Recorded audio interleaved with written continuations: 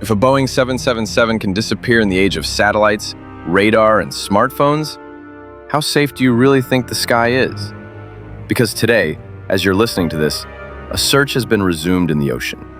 55 days, intermittent, in a so-called highest probability zone, to find the aircraft that became the greatest modern mystery in aviation history, Flight MH370. And the disturbing part isn't just that it vanished. What's disturbing is that, at certain moments, it seemed like a ghost plane, shut down to the world, yet still talking to a satellite. Stay with me, because what you're about to hear is not just a narration.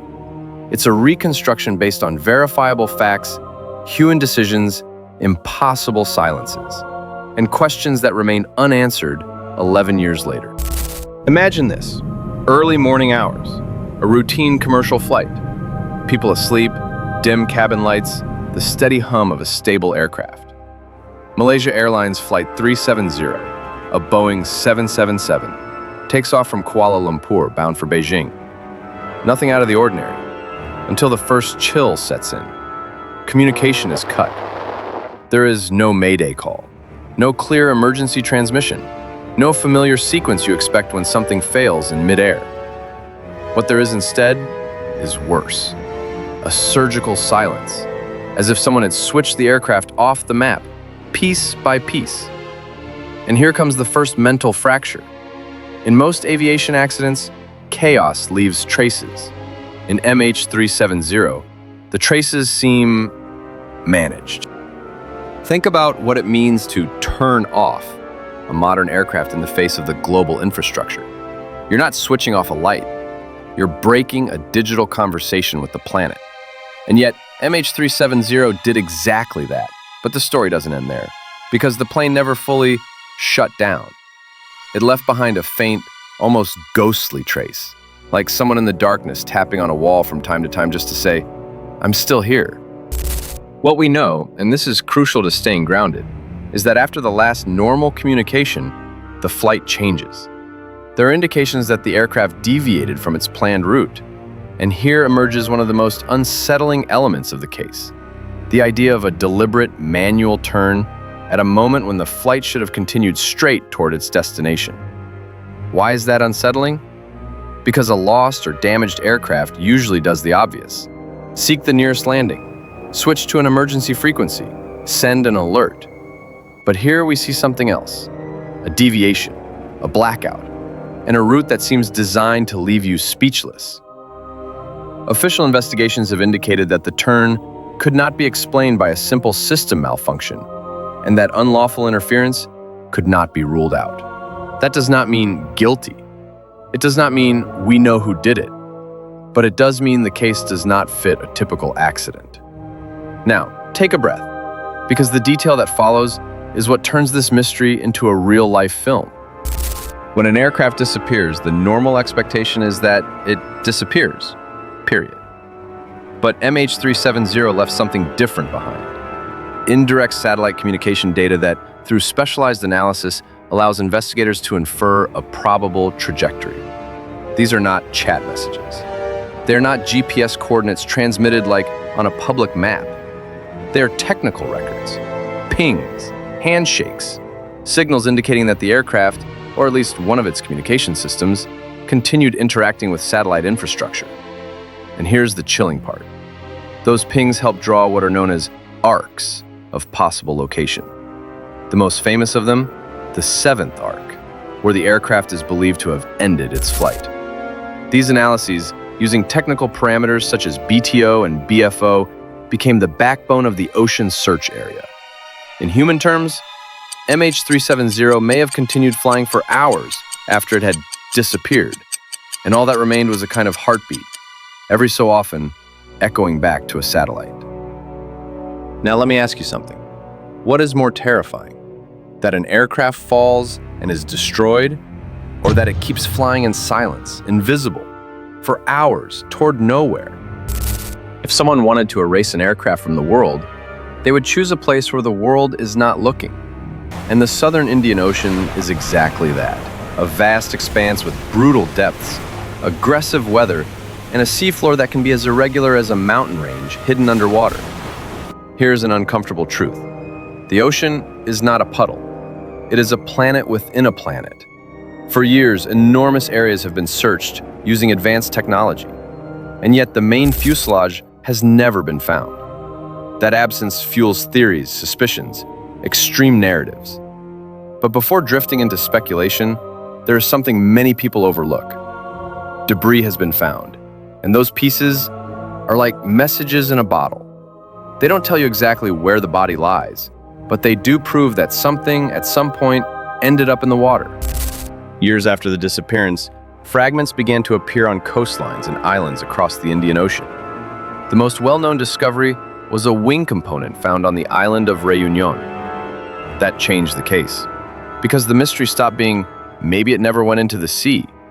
The debris suggested, yes, it ended up in the water. But here comes the narrative turn that keeps the tension alive. If it ended in the ocean, why, with all the money, the equipment, the experts, and the time, has the main body never been found? Some answer, because the ocean is enormous. True, but others say, because we're looking in the wrong place. And that's where the case grows darker. Because if we're searching in the wrong area, it means the technical trail we use to decide where it went down could be incomplete, misinterpreted, or altered by factors we don't fully understand. And when I say altered, I'm not talking about conspiracy. I'm talking about real things: configurations, electrical resets, system behavior, signal interpretation, and margins of uncertainty that, over thousands of kilometers, turn into abysses. Here I'm going to drop an unsettling idea, one that makes a lot of people say, wait, how? In an era where everything is recorded, MH370 reminds us of something important. You don't need to erase everything. You just need to confuse enough. If you manage to prevent the world from agreeing on a final trajectory, the ocean becomes a shredder of certainty. You search 120,000 square kilometers, then 15,000. Then you adjust, then you start again. And in the meantime, years pass. Governments change, budgets run out, media attention fades, and the mystery wins by attrition. That's why every time a new lead appears, the case comes back to life. Because this isn't just a tragedy. It's a wound in the idea of technological control. Now we enter the today, and this is crucial. The deep-sea search is resumed on December 30th, 2025.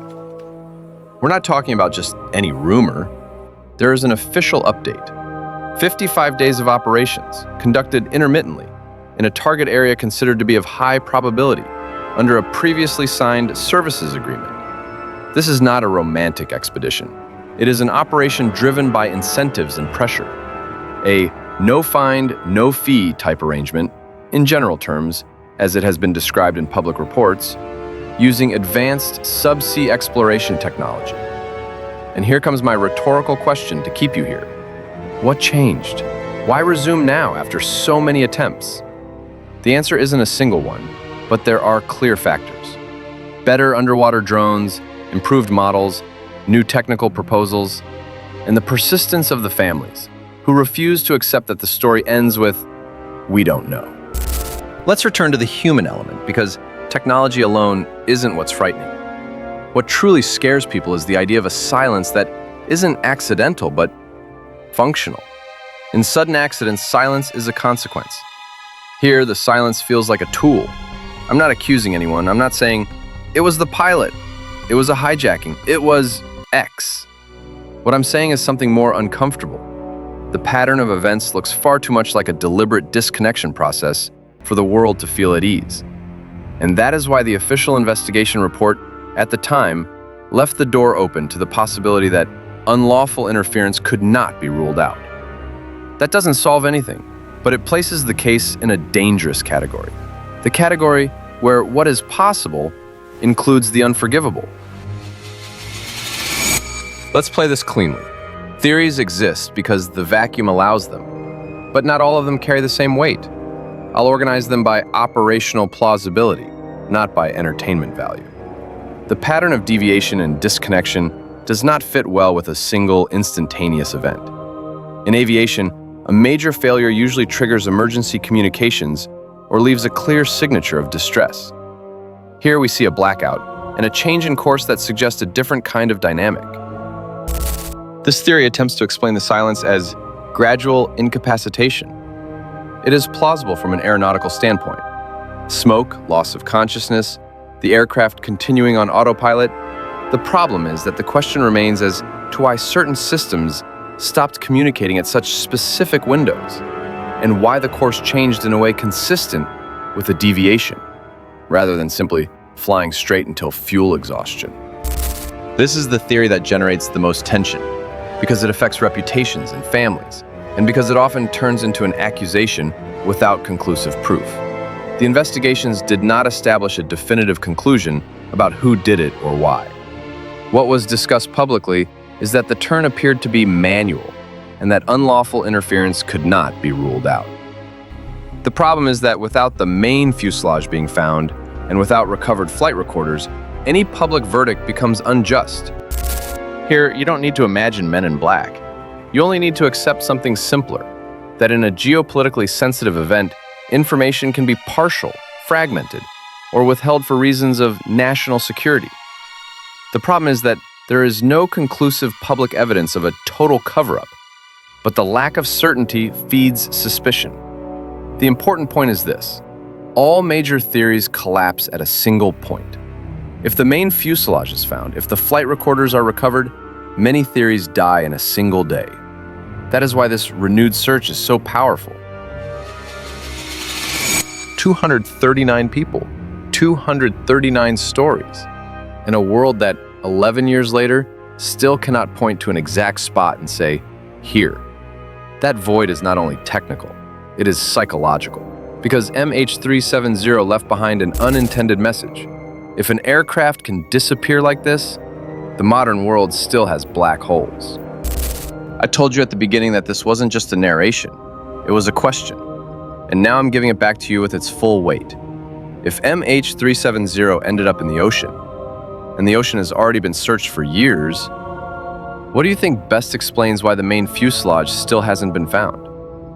I'll leave you some options so you can answer directly in the comments. And I want you to choose one without hesitation. And I'll add one final question, the most uncomfortable one of all. What scares you more, that it was an accident, or that someone managed to deliberately disconnect an aircraft from the world?